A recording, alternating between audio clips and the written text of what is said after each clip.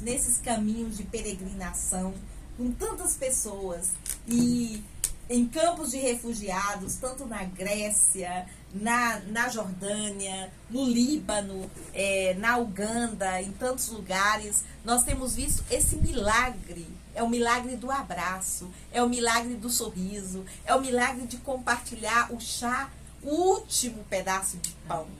E eu tenho participado desses caminhado por esses lugares. Eu não gosto de dizer projeto, porque pessoas não são projetos, são vidas maravilhosas. E ter essa graça de sentar com essas pessoas e de ver esse milagre.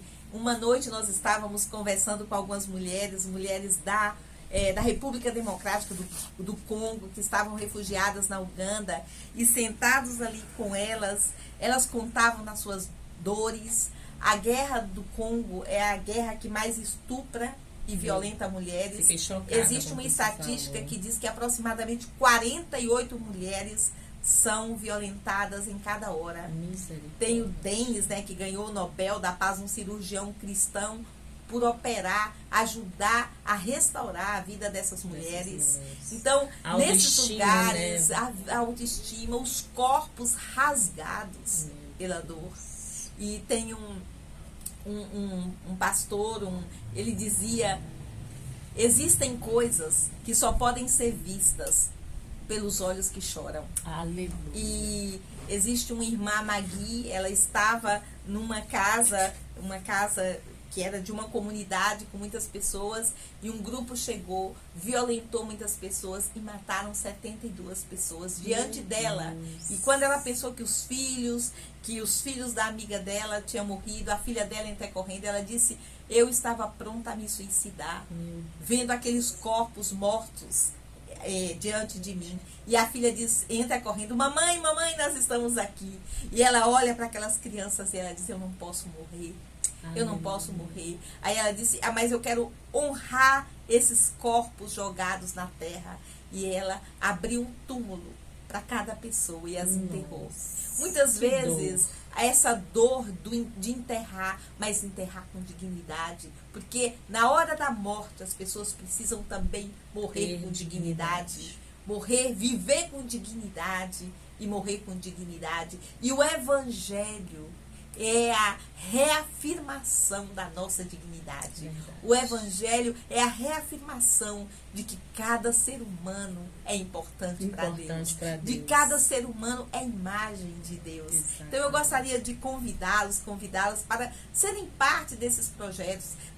Trabalhamos em clínicas, em centros médicos, em lugares com muitas necessidades, e temos visto pessoas estudando, aprendendo, pessoas com muita dignidade, desde o Senegal, Mauritânia, Indonésia, países tanto da África subsaariana, norte de África, a península também ibérica, a região do sul da Europa, Oriente Médio, Sudoeste Asiático, Ásia Central e também tantos outros lugares, desde Afeganistão, Paquistão, ver essas pessoas sendo restauradas. Amém. Porque Deus ama.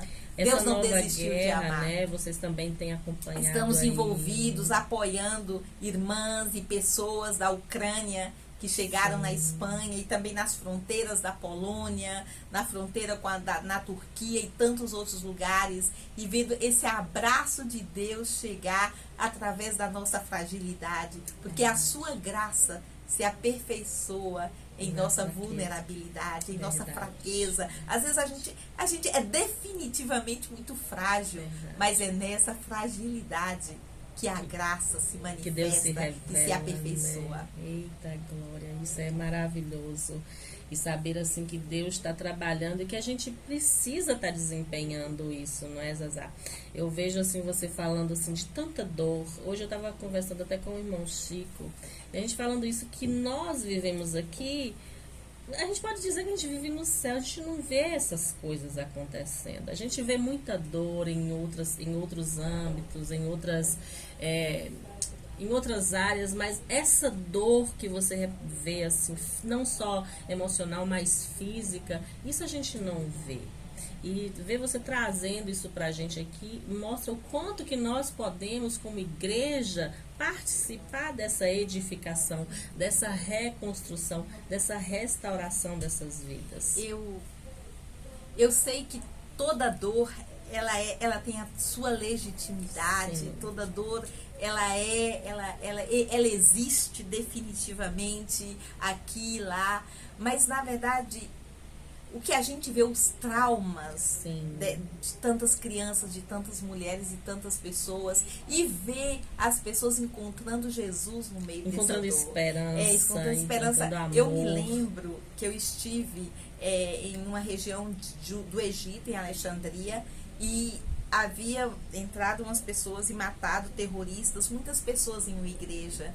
E nós, no dia seguinte, nós tínhamos uma visita a fazer com uma das irmãs dessa igreja. Ela tinha perdido 6 pessoas nesse ataque terrorista. E eu pensava, meu Deus, o que eu tenho para dizer para ela? Eu me sentia completamente silenciada diante de tanta dor. E nós chegamos lá e ela me abraçou. E nós começamos a chorar. Ela disse: Zazá, Deus habita em minha dor, para que eu não seja escravo dela. Então eu gostaria de dizer a você que está passando por um sofrimento, por uma situação difícil, a sua dor é legítima. E Deus te abraça. Aleluia. E te encontra na sua dor. Mas não seja escravo dela.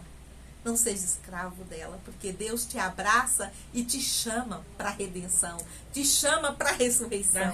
Abraça o terceiro dia. Exatamente. Passe pelo dia, o silêncio. Eu sempre digo, a gente precisa passar pela sexta-feira de dor, pelo silêncio do sábado, mas a gente não pode perder o domingo de ressurreição. A alegria do domingo. A alegria de mulheres cantando, do anjo dizendo: Ele vive, Ele ressuscitou. Exatamente. A gente precisa contar essa história de ressurreição. Saber que a gente tem esse processo, esse momento que a gente passa pela dor, pela adversidade, pela tempestade, mas que tudo isso passa, não é, Zazá? E que há um dia de alegria, há um amanhecer pra gente, há um raiar de um novo sol. Só de você saber que as misericórdias do Senhor, elas se renovam a cada manhã. Isso já é... São elas as causas. Você imagina assim o terceiro dia, né? A misericórdia do Senhor se renovando ali em Jesus, ali no terceiro dia. E é isso que Deus faz. Tem uma canção, uma música do Marcos Almeida, que eu tenho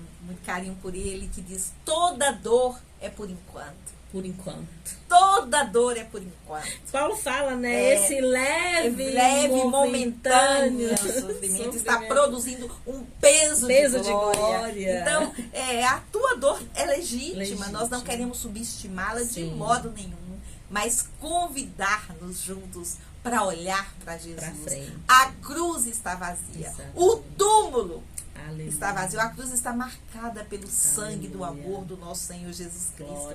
Porque Ele, sendo Deus, não teve o ser a Deus algo que se aferrasse, que se agarrasse, que se orgulhasse. Mas Ele tomou a forma de servo, indo até a morte de cruz. Para quê? Para que todo joelho na terra, debaixo da terra, nos céus, o adore e reconheçam que Jesus Cristo é Senhor. Aleluia, para a glória de Deus Pai. E essa fé centrada em Jesus, porque Jesus é o Redentor. Amém. A nossa fé precisa estar firmada em Jesus. Amém. A nossa fé não pode estar firmada em nossos recursos. A nossa fé não pode estar firmada em outras coisas que não sejam Jesus. Exatamente. Porque Jesus é o nosso Redentor.